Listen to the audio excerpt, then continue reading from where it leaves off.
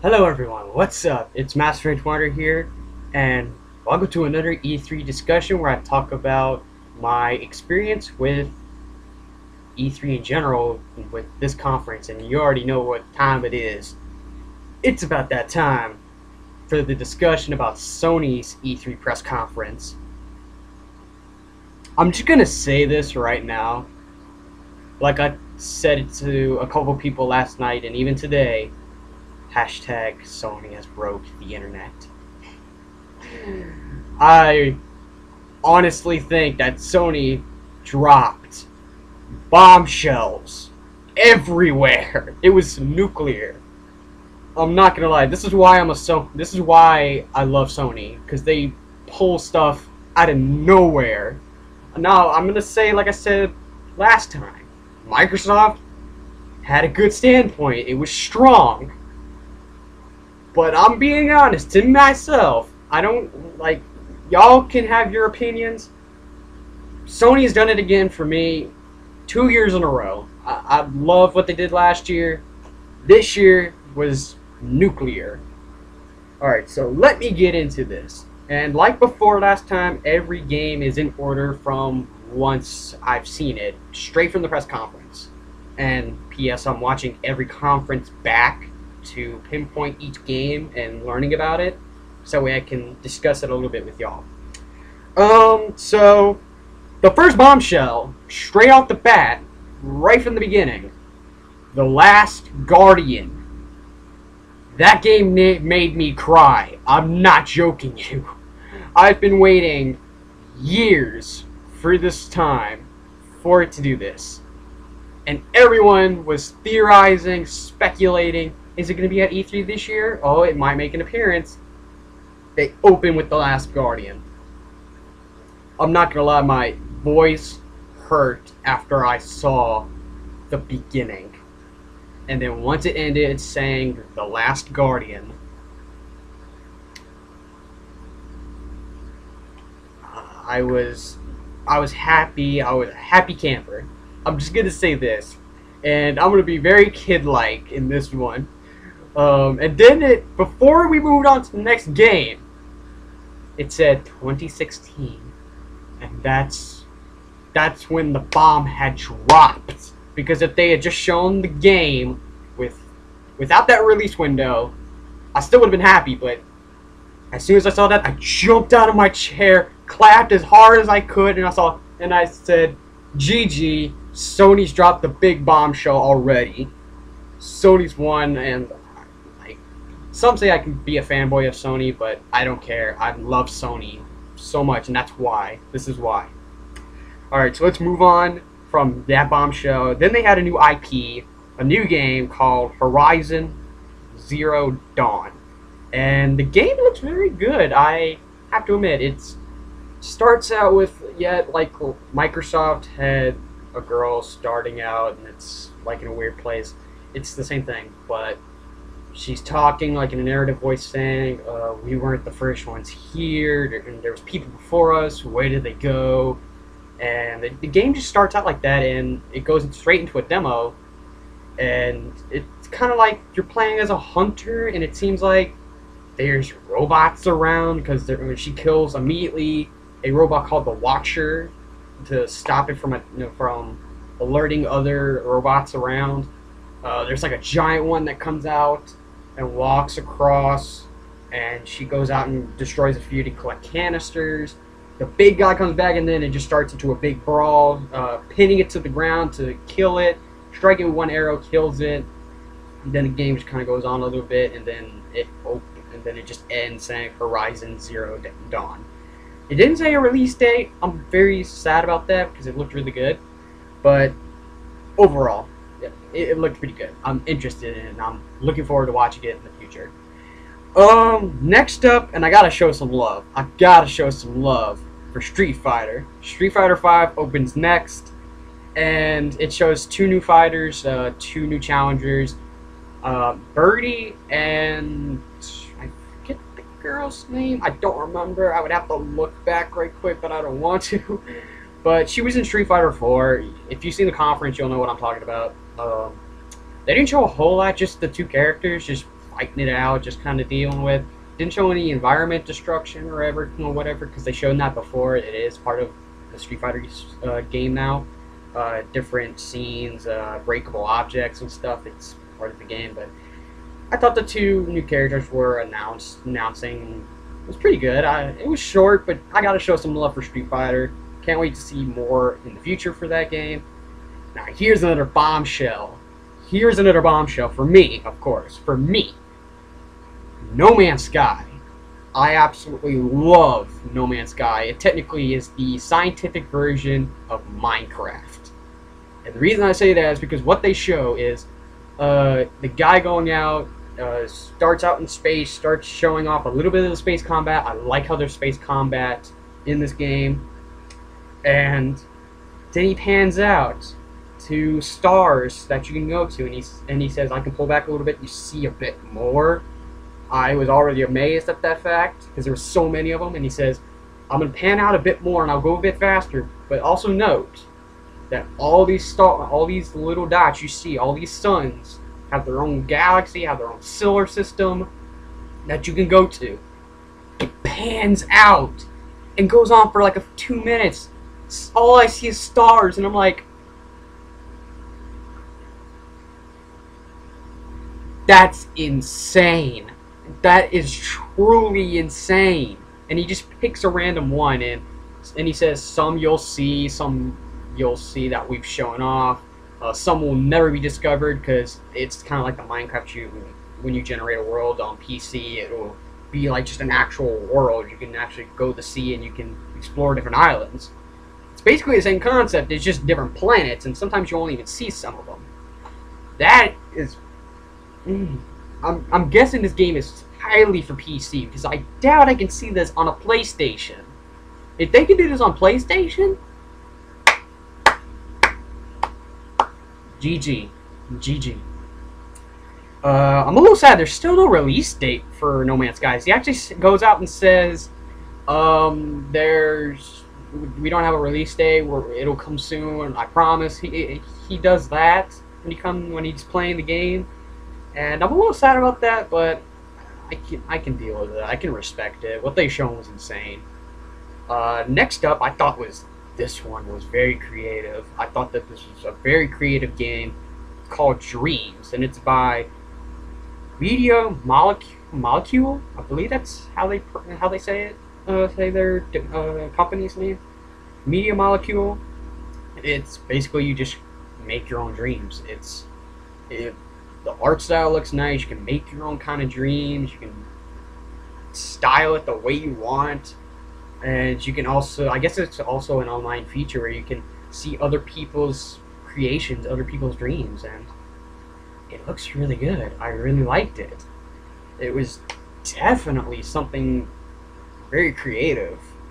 They didn't specify a release date, which, again, I'm sad for, but I can deal. It was pretty good. Next up is Firewatch. And I actually wrote down here on this list that I don't know much about it. Like, they show it off, and it's like they say, oh, the only connection you have is yourself through a one-way radio or little handheld radio to a female's voice, and overall it just kind of shows going through. It's kind of like survival, I guess. Excuse me. So I'm guessing it's survival. I don't really know. It just kind of shows off what it is. If you type up the game and look at it, you'll see what I mean. It caught my eye. I will say it caught my eye. I want to see what happens to it in the future, so I'll keep on it. Next up is Destiny, and I've had some history with Destiny. I actually have the game, but I don't play it anymore because this is the reason why I don't like Microsoft, because of the fact that my internal hard drive, corrupted in 3 days playing Destiny, so I lost all that data, and I had 2 purples. So I'm not gonna get into it because I raged at it. So Destiny, they announced the next expansion pack called the Taken King. They had a new strike, new level, like same thing that they had from the other expansions. The one thing I liked was the new supers, like the Warlock, the Titan, and the Hunter will all get new supers. They look really good. Like one was lightning. I couldn't really tell from the other suit, but it looked like the Warlock was getting lightning abilities. Um, it looked like the Titan was getting like a hammer or something. I couldn't really tell. You would have to kind of watch the trailer of the Taken King. I keep calling it the Fallen King for some reason, but I'm interested in it. It looks pretty cool.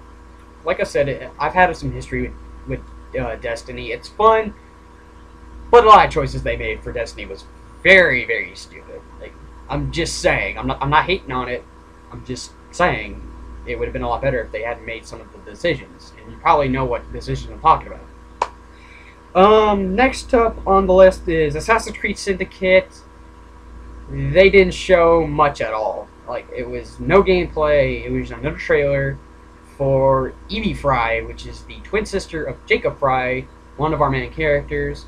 Now, I do like how you can play both Evie Fry and Jacob Fry in this game. They showed out a bit of what who she is. She's a bit more calculated than Jacob. Probably more stealthy than he is, because Jacob is a bit more rational in his decisions. Shown from the stuff they've shown off from Assassin's Creed before. She has the cane sword, the hidden blade, just basic stuff. Throwing knives. I almost said hidden knives. Kind of deal. It's pretty much all they showed. I'm pretty sad about that fact, because even though after Ubisoft's done everything, I'm still dedicated to Assassin's Creed. Even though Unity was a mess up, I still liked Rogue, and even though Assassin's Creed 3 was bad, I still kept up with Black Flag. Like, they've come back through a lot of things, but hopefully that this one does really good. Now, this is the next bombshell that caught me off guard. Final Fantasy VII HD Remake.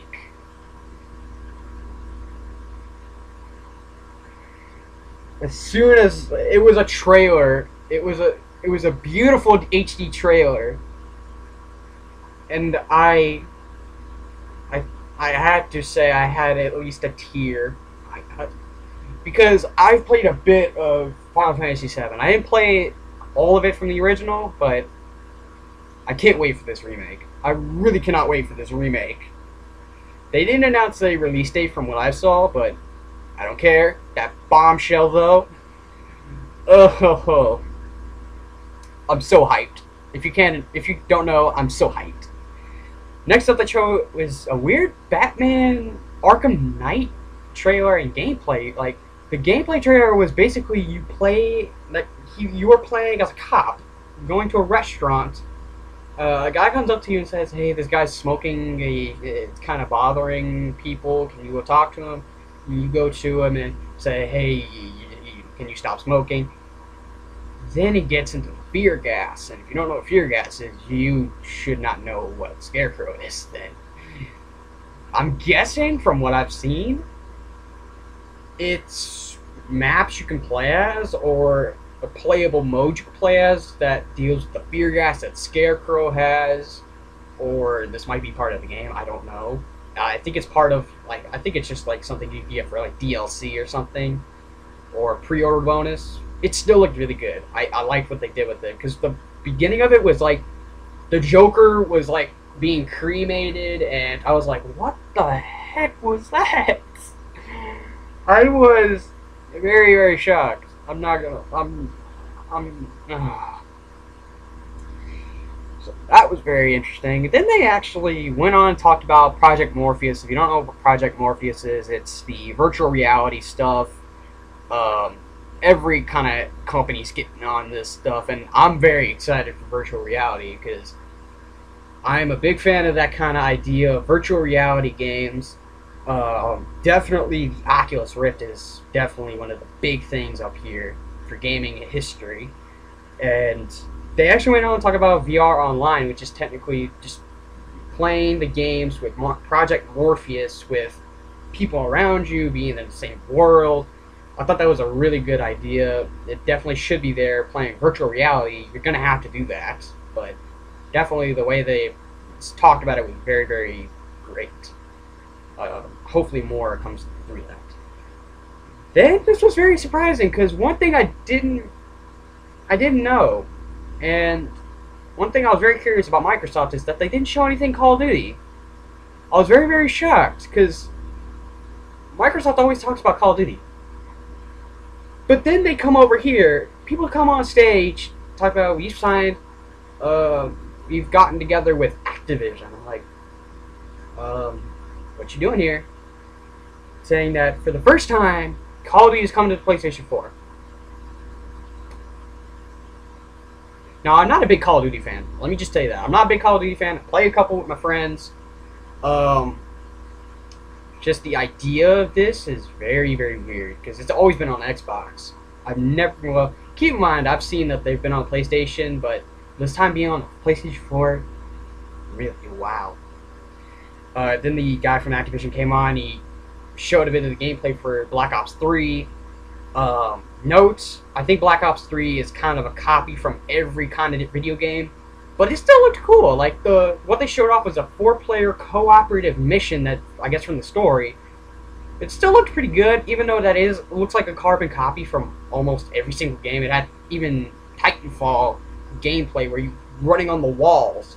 Like, even though it still impressed me, like, even though I might not pick up Black Ops 3, I still might watch it. But it was very cool. Now, this one I'm going to be mentioning through a couple of different conferences.